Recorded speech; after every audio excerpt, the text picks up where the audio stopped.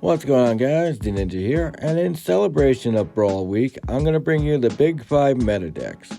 So in this video, we're going to be looking at the Big 5 meta decks in no particular order of power, ranking, or whatever. I'll briefly go over how to play the decks, and then I'll briefly go over how to beat the decks. But without further ado, let's jump right into the decks. So first up, we got werewolves. Werewolves are a very fun, very effective, very powerful mid-range deck. All werewolves have this in common: they use the day-bound nighttime mechanic. On their day side, if a player doesn't play a spell their turn, you can flip them over to their night side, and if they're on their night side and a player plays 2 spells on their turn, you flip them back over to their day side. There are a bunch of other cards that help flip your werewolves over, such as Tovolar himself, and Unnatural Moonrise. Werewolves are also a very combat-heavy focused deck. They want to get in, hit you as hard as they can, and get out. So now let's look at how to beat this deck. So how to beat werewolves. First up, we have board wipes. Now you can make the argument that board wipes beat every deck, but that simply is not true. Some decks can recover quite easily after a board wipe, but werewolves tend to struggle. So that's why I say an effective board wipe can slow the deck down. It's not going to completely put it on its heels, but you're going to have them on the ropes for a little while. And number 2, effective trading. Being a combat focused deck, they're not going to want to trade 2 for 1 or even 1 for 1 sometimes, because without werewolves, they have no card draw. Think of each werewolf in their deck as a cog to a bigger machine. And number 3, spot removal. Sometimes putting enough commander tax on Tovolar will shut the entire deck down. But don't rely on that, because even though Tovolar might be out of the game for a while, werewolves are still extremely powerful with some of their higher mana cost creatures. And depending on the build you're going against, you could be in a very rough spot. But with that out of the way, let's jump into number 4. At number 4, we got Liza/Clerics. Liza has been falling out of favor lately, but this is still an extremely powerful deck. This deck has also been pretty streamlined in late, including the Cleric build of the Liza deck. So what this deck wants to do is gain life, burn other people out using Veto and Exquisite Blood. Or you can go the Angel route and just beat people down with a bunch of white and black angels. The Cleric build is pretty much the same thing as a regular Liza build, except you're using Clerics. You're going to be gaining life, and a lot of it, and powering up your creatures, and even with Liza's ability, pulling them from the graveyard for further use. But anyways, let's jump right into how to beat it. So number 1, Graveyard Disruption. Like I said in the how to play, most of these decks are going to be running the Exquisite Blood Veto combo and go infinite and burn you out. So if Veto is in the graveyard, you can use a Scavenging Ooze, Go Blank, or anything to exile their graveyard. You'll have an easier time beating this deck. Number 2, Control. Some decks can play against Control fairly decently, but this deck gets absolutely wrecked by Control. Bouncing their spells, countering their creatures, even countering their enchantments really wrecks this deck. And number 3, Spot Removal. You're going to want to destroy their enchantments, Liza herself, or any of their other big threats. So if you don't have access to Control, load up on Spot Removal and you should be just fine. However, don't just be firing off willy-nilly. You need to pick your targets carefully. So keep that in mind next time you play against this deck. So next up, we got Cody Vociferous Codex, and I absolutely hate this deck. Just throwing that out there. So if you see me on Arena, I hate you. No, I'm kidding. This deck revolves around not playing permanents and using Cody as its only permanent. You're going to want to play a lot of token spells, and a lot of direct damage spells, or even shrines if you wanted to. A lot of enchantments. You just want to pillow fort and go wide.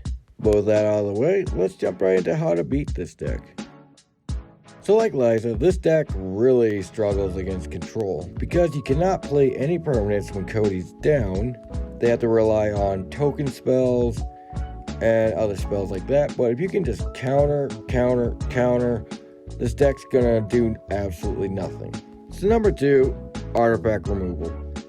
You're gonna want to blow up their mana rocks so they cannot get ahead of you. And even though they cannot play any permanents, that's only when Cody's on the field. So by blowing up all of his artifact rocks, you can effectively put a dent in this deck. And number 3, aggro. If you can't slow this deck down, hit them as fast and as hard as you can. This deck usually gets set up by about turn 4. So if you can get them down to half or below by turn 4, you should be able to win the game. But with that out of the way, let's jump right into number 2. So prismatic bridge decks are very easy to play. All you have to do is set up all 5 colors of mana, either through mana rocks, fetching lands, or using a ton of dual lands. After that, you can either go infinite with either planeswalker combos, or just slam down big stompy monsters. But with that out of the way, let's jump right into how to beat this deck. So number 1, I recommend you go wide and or tall if able. If you can go wide enough, you can get around the creatures they pump out, or if you can go tall enough, you can just block them. But overall, this deck really does die to token decks. So elves, goblins, any other deck like that makes a ton of tokens will be fine against this deck. And number 2, we got spot removal. Like money decks, if you can hit the right target, this whole entire deck crumbles. So having access to enchantment removal, or if they're trying to go infinite, having access to a kill spell will do you wonders. You just need to know when and where to hit. And number 3, control. This deck flat out dies to control. Like spot removal, if you can counter the prismatic bridge or that one card that makes them go infinite, you can just shut this deck down.